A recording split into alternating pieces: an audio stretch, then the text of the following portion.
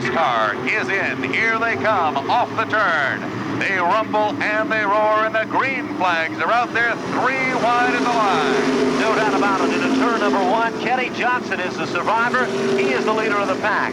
Glenn Sullivan has a problem initially, and so doesn't Jerry Savage with car number 8. Savage is out of the event, but look out down the back straightaway. For 6th through 15th position, they're 3, 4, and all messed up. But when they come back to the line, it is now Willie Hardy, the brand new leader. Willie Hardy leads them back to turn number 1 out of Wellington, Connecticut. And Hardy is setting a tremendous pace here tonight. Kenny Johnson runs in that 2nd spot. Brad Thrall holds on to 3rd, and Ed Leclerc out of Taunton, Massachusetts is in the 4th position. Willie Hardy is the leader of the pack as they come off the turn. Johnson still running in 2nd. Brad Thrall up to position number 3. Eddie Leclerc sets in the 4th spot. Bobby Mercier in 5. Here comes Jerry Pearl, the veteran, in position number 6. Some of the heavy hitters beginning to weave their way up through the traffic.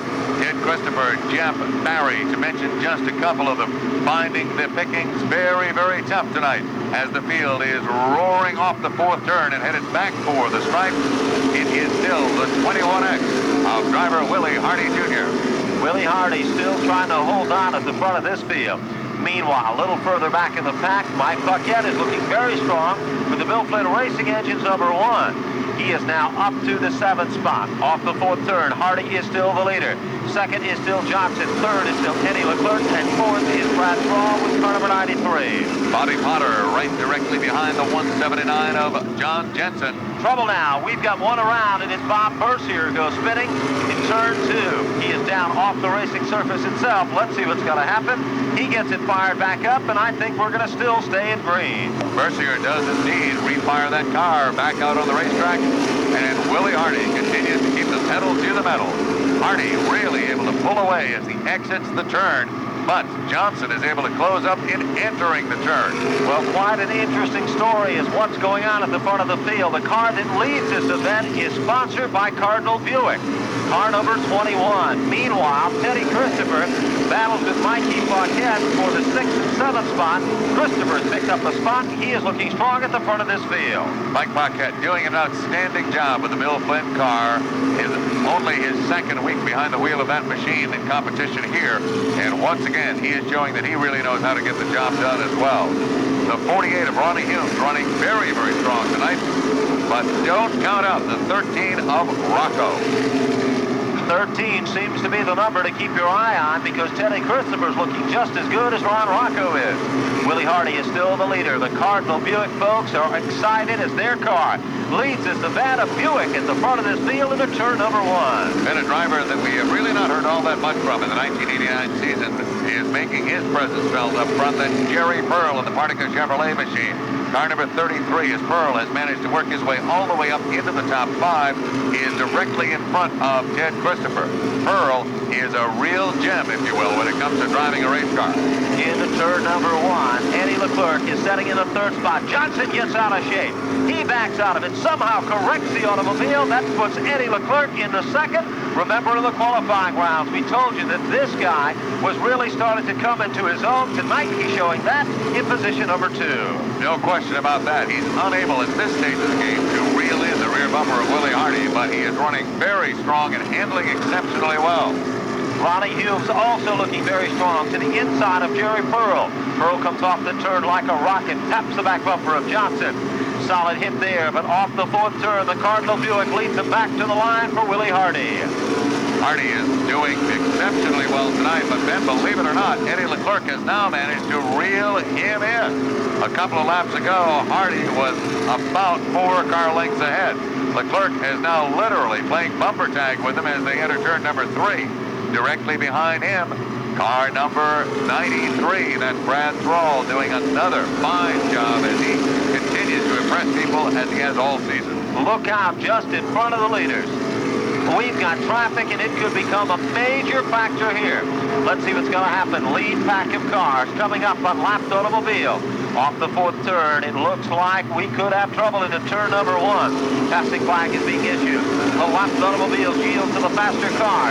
Trouble just as Willie Hardy is about to go by a lap car. He drifts up and Teddy Christopher sneaks into second with car 13. Christopher is unbelievable when it comes to driving through traffic. He was able to pick that one off, but the lap car does it once again. Massively mixed up. Mike Paquette is involved. No place to go here. Well, we almost predicted it would happen before it even occurred on the racetrack. The lapped automobile was running with the leaders. Suddenly he got out of shape. Teddy Christopher became a victim. He got crossed up in this, and then it was nothing but chaos in the turn. Mike Paquette had no place to go. Jerry Pearl was involved. He's trying to head back to the pit area. Looks like the zero of Chuck Doherty was also involved. Possibly the Ronnie Humes car towards the pit area, running on foot, we believe, at this point. We believe Chuck Doherty's car is on. Car number 13. Well, Peter Locke and B.J. Locke pull away from the field now, and the IROC Z is going to be diving to the infield. The Cardinal Buick-sponsored race car, a Buick at the front of the field. It is the only Buick in this field, and Willie Hardy is looking to take the green. He gives him a show beneath the Cardinal Buick VIP box, and he is your leader once again. Into turn number 1, Willie Hardy picks up where he left off. Down on the inside, Brad Thrall now challenges Ed Leclerc for the second spot. In fact, he grabs it, and here comes the Rock. Off the turn, Mike Christopher also looking just as good. Eddie Leclerc to the outside of Brad Thrall. Contact almost made. Mike Christopher and Eddie Leclerc almost come together. Sparks will fly. Jeff Berry, who had to do it from a consolation event, has worked his way back up to contend in the 4th spot. Willie Hardy still leads him back to the line, but Christopher, Berry, Leclerc, and Ronnie Rocco are definitely going to be contenders with Eddie Spires. No two ways about that. Ted Christopher still. Trouble now. Eddie Leclerc goes around, hitting the wall hard. Eddie Spires is involved. So is it the 86 of Bobby Georgiadis. Leclerc's car stranded on the bottom. Looks like Buck Ackley, Ed Spires, Savage, and George Godaskis as we go back to caution. Number of those drivers moving on to Winston Cup competition is really impressive. Extremely so. We're looking good. We've got the green. Willie Hardy sets the pace. Brad Thrall works him over. Mike Christopher, Jeff Berry, right there to contend for 3. They head down that back straightaway one more time. Brad Thrall now once again closes right in on the rear bumper of Hardy. Here comes Barry up on the outside of Mike Christopher. Jeff Barry really hooked up here tonight. He wobbled just a little bit off the turn. It cost him a few feet, but he does not have to give up that spot. Christopher now setting in the 3rd position. Barry still trying to fight back and make it a dogfight. It is Ron Rocco now to the inside of Jeff Berry. But Rocco doesn't have enough ponies beneath the hood of that car to be a real factor yet. Let's see if he can get them wound up a little tighter off the 4th turn. Deep into turn 1, Willie Hardy, the leader of the pack, 17 laps down. Here comes Mike Christopher. He makes a bid for 2. Thrall shuts the door down the back straightaway. A couple of drivers that you would not normally expect to be running at the head of the pack at this stage of the race are doing just that. Willie Hardy Jr. in the Cardinal Buick machine, and Brad Thrall in car number 93 running in that 2nd spot. And Mike Christopher with car number 82, who has already picked up a feature event win or 2 for himself this year, holds on to that 3rd position. Look at Teddy Christopher. He is back and in the 6th spot, well, challenging for 6th. Car number 13, which was the fastest car on the track before a skirmish developed with a lapped automobile, still is among the quickest cars out there. But Willie Hardy leads him with the Cardinal Buick. Car number 21 is still your leader. Here comes Mike Christopher. Thrall goes in deeper than most. He manages to hold on to position number 2. They work their way off the turn, pretty much single file now as they work all the way down this front straightaway. That won't last for long, and it doesn't, as Mike Christopher makes a bid down to the low side of Brad Thrall. Michael turns it into pay dust as he heads for turn number 3. There is nothing but one automobile that separates him from the price of victory and the number 1 spot. Mike Christopher is now moved in on that black Dayglow and yellow Buick. car number 21 of Willie Hardy, who has led for 21 circuits around this half mile, is the leader of the pack, and now Jeff Berry's up to 3.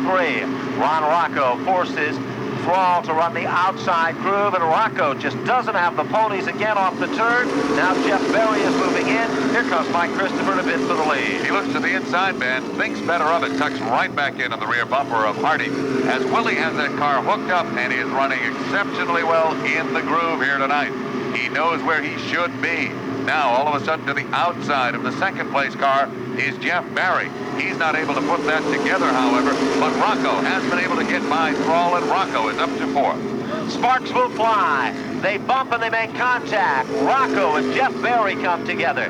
Bob Potter gets on the brakes, then pulls away. But the two victims in this one is car 22 and 13. There is day-glow orange, black, and green everywhere. As Berry is looking to get back to the pit area, so isn't the Rock with car 13. 3X. And so isn't Jeff Berry, minus the left rear quarter, the roof posts, and the rear panel.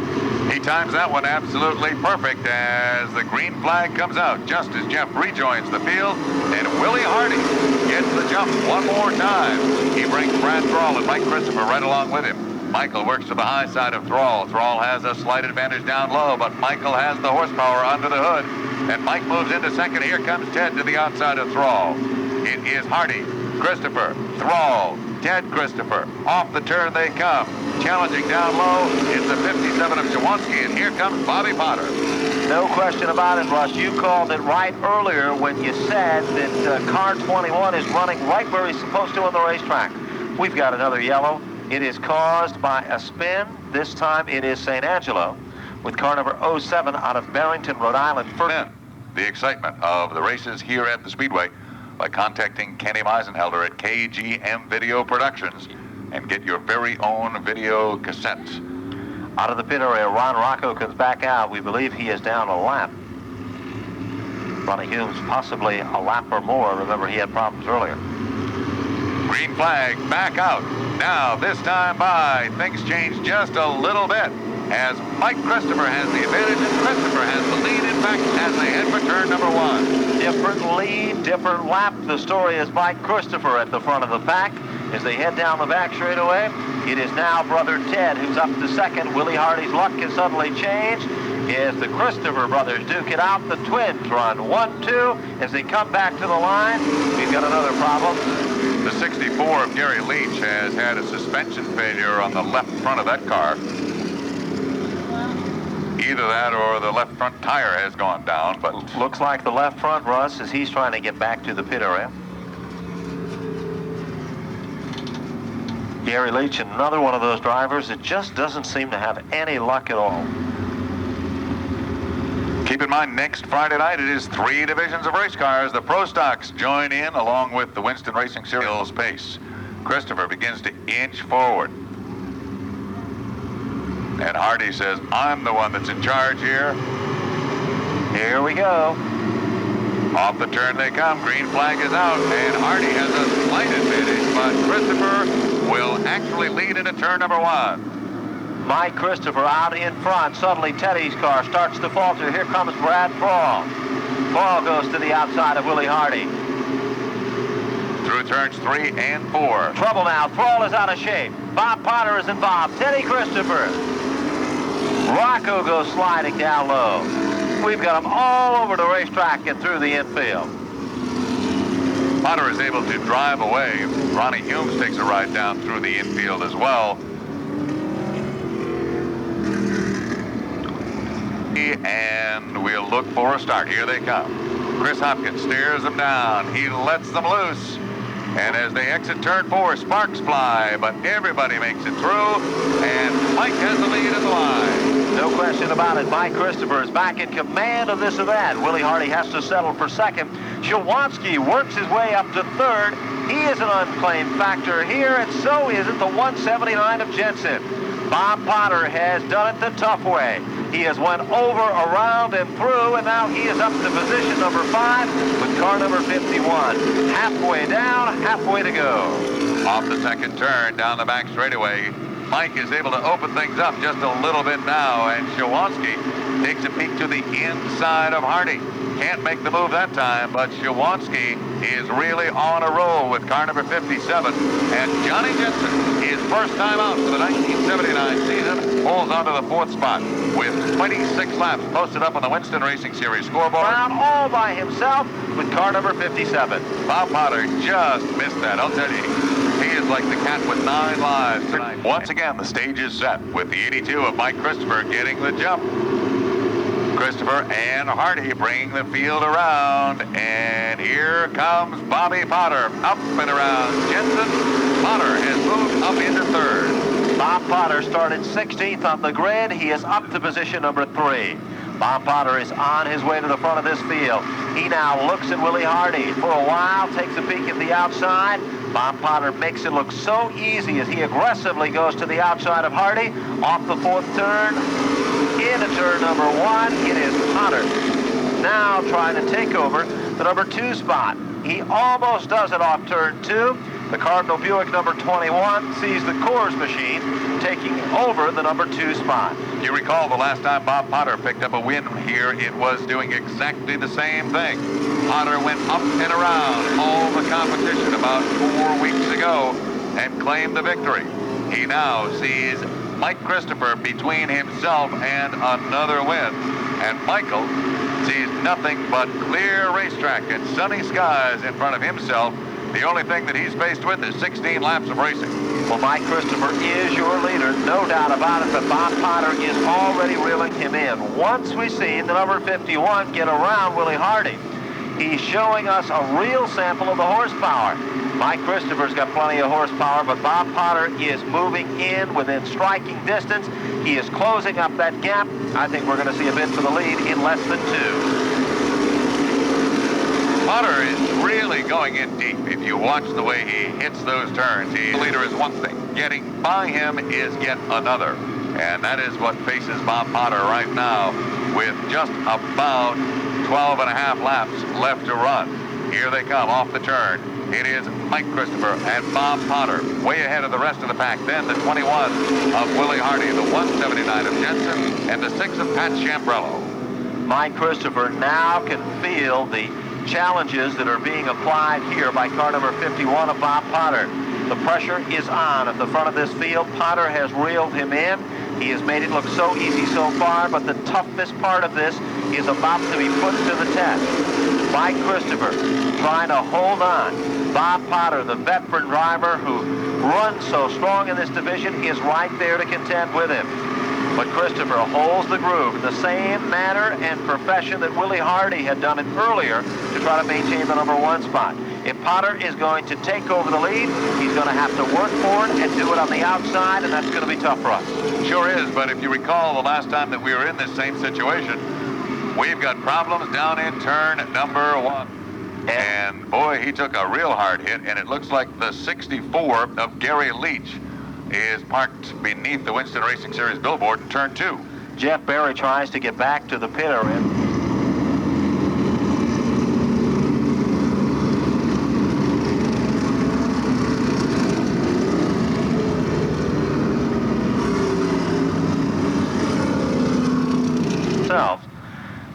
And it would be really tough to call. Mike Christopher, the youngster, goes up against the veteran.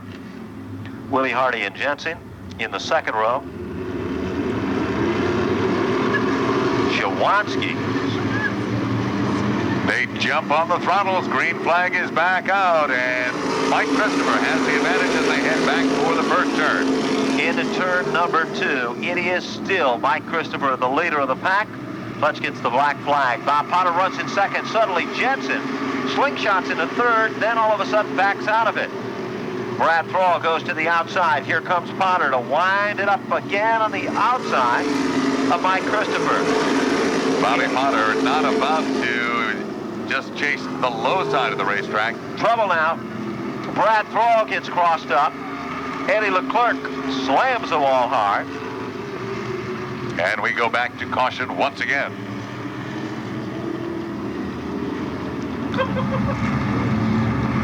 Well, Mike Christopher and Bob Potter are going to try to do it once again at the front of this field. 9 laps left in the remaining stages of this event.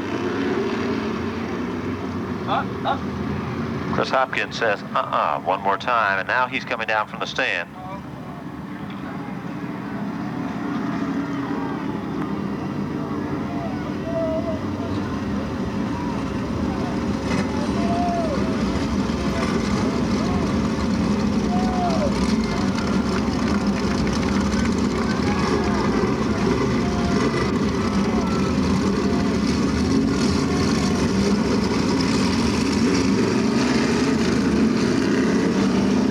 So we have completed a course in Restart 101, each, as they say, down the back straightaway.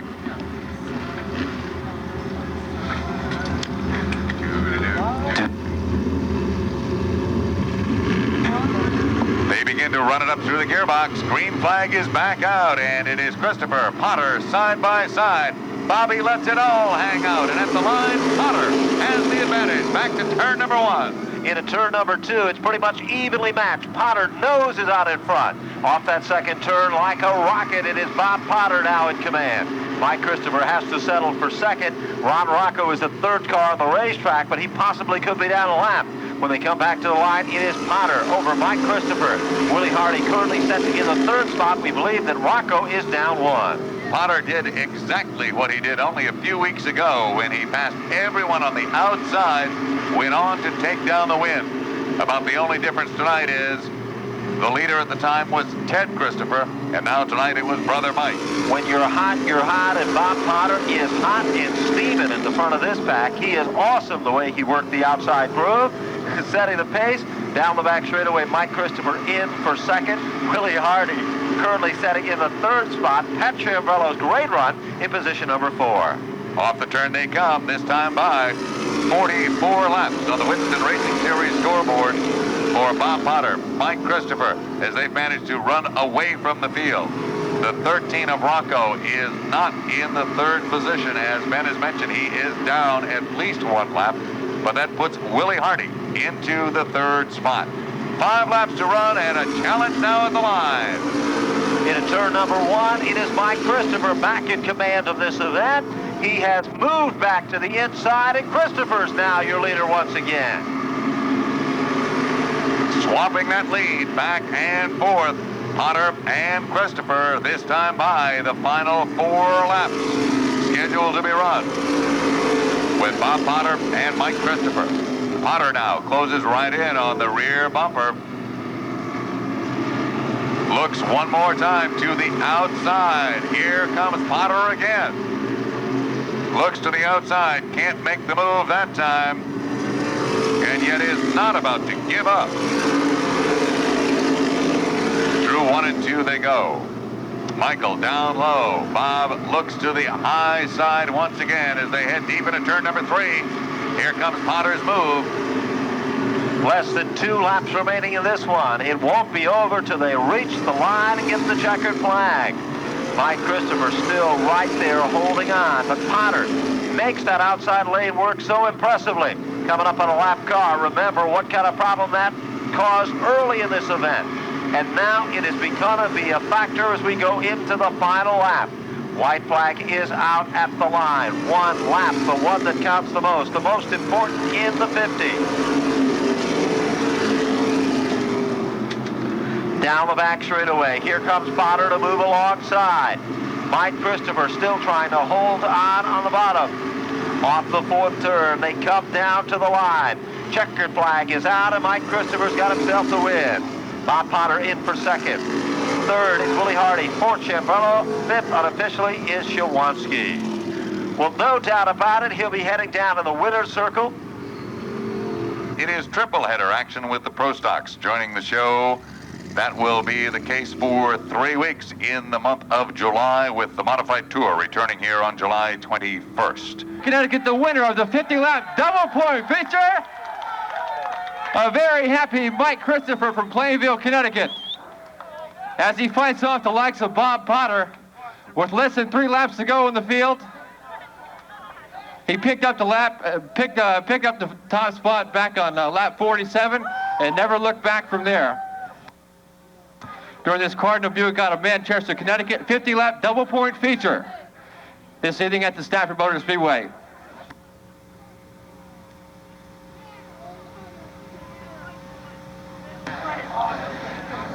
As we put the victory garland on the victorious winner this evening at the Stafford Speedway, we'll get up on the victory stand and get a few words.